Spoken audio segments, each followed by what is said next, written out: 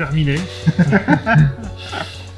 En tout cas, le montage du prototype est fonctionnel et fonctionne.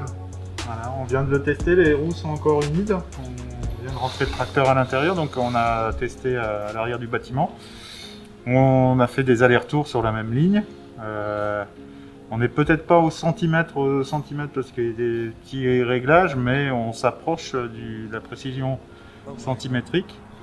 Après, il y a beaucoup de paramétrage et d'affinage du logiciel pour justement que la conduite soit plus douce, moins nerveuse, que le retour à la ligne, puisqu'on crée une ligne, il faut suivre cette ligne, pour que le retour donc à la ligne soit le plus agréable possible et le moins nerveux, quoi. Voilà, parce qu'au départ c'était un peu nerveux. Donc là, avec une intégration des capteurs et de la conduite automatisée, on va dire, c'est un premier jet, quoi. Ouais. Hein, mais ça fonctionne. Mais ça fonctionne, donc ça demande... Y compris le demi-tour. Ouais. Demi-tour automatique, c'est-à-dire que le tracteur, le logiciel est capable de commander le tracteur en bout de parcelle, de commander son demi-tour sans intervention humaine à une distance du bord de la parcelle paramétrée au préalable. Oh, qu'est-ce qui a été fait depuis la dernière fois? Alors c'est typiquement l'intégration. On avait testé la dernière fois justement sur une planche de bois en simulant un déplacement du tracteur. Là on a installé en premier lieu à l'avant du tracteur, au plus bas du centre de gravité, en fait, au plus près du centre de gravité, on a mis l'antenne qui capte le GPS. On a installé sur la roue un capteur d'angle, donc chose qui n'est pas très simple puisque le pont avant de ce tracteur est un pont suspendu avec des amortisseurs, enfin assez particulier, donc c'est pas très simple à mettre en œuvre. On cherche encore de meilleures solutions. Dans la cabine, on a donc installé la carte comme on devait présenter, je pense, sur la dernière vidéo, ouais. La carte électronique qui est branchée à un ordinateur et à l'antenne GPS. Le tout est connecté en Wi-Fi ou en 3G, 4G avec un téléphone portable pour recueillir les données correctives RTK. Et on peut ajouter aussi que l'Agrilab nous a bien aidé au niveau de l'impression 3D de la couronne sur le volant, ainsi que du pignon qui est fixé sur le moteur électrique qui entraîne cette même couronne. Voilà, parce que le tracteur... En plus aussi de l'Agrilab là-dessus. Le tracteur est guidé de cette façon. En fait, il y a un moteur qui anime une couronne qui est elle-même... qui anime un pignon qui entraîne une couronne qui elle-même est fixée sur le volant.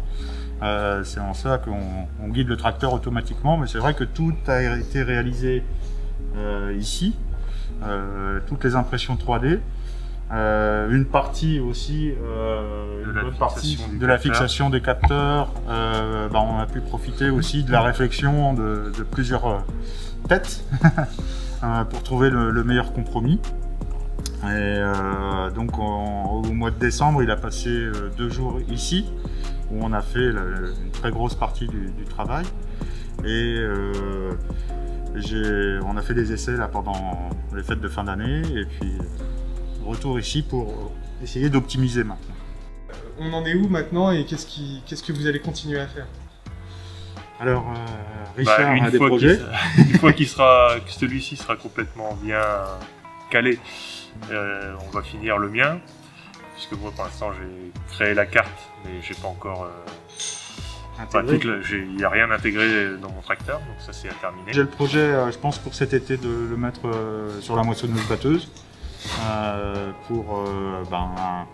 pour assister la conduite là aussi, pour optimiser justement, comme on est capable d'entamer une parcelle au milieu et de terminer pleine coupe. On a un intérêt de l'utiliser sur les moissonneuses batteuses. Après, je sais qu'ici, l'Agrilab est en contact aussi avec d'autres projets qui sont très intéressés par des véhicules autonomes pour d'autres projets.